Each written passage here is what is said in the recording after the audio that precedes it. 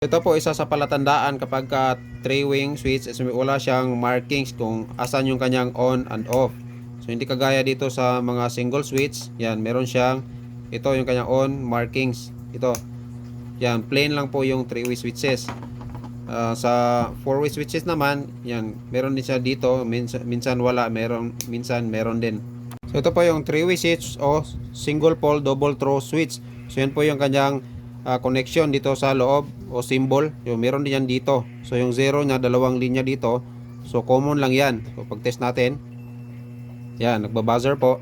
Tapos pagkalipat natin, since common yung 0, try natin sa 1. Yan. Yan, tumutunog siya. Pagka off, patay siya. So yung ano naman yan, close naman yan dito sa 3, 0 at 3. Yan. Tapos pag transfer ulit, balik ulit yan sa 1.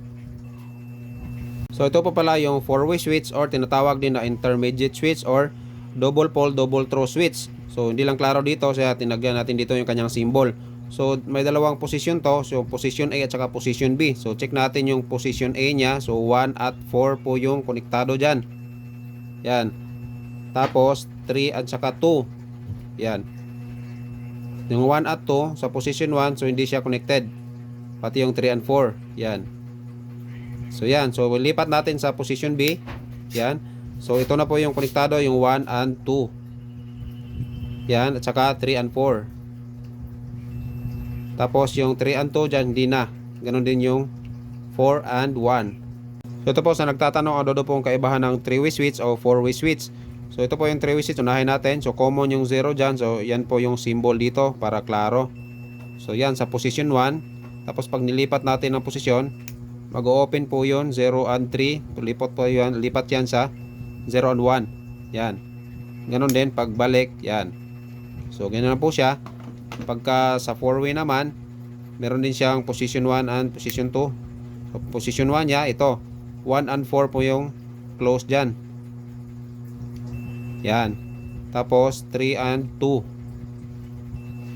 Yan. Pag nilipat natin sa kabilang posisyon, ito rin po mangyayari. 1 and 2 na po yung close.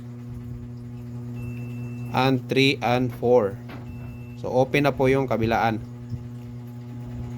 Ito po yung pagkakaiba ng single switch at saka 3-way switch. So makita po sa ating symbol dito na dyan din yung nakamarka dito. So common lang po yung dalawa dito. Kasama po yan. Ganon din sa kabila.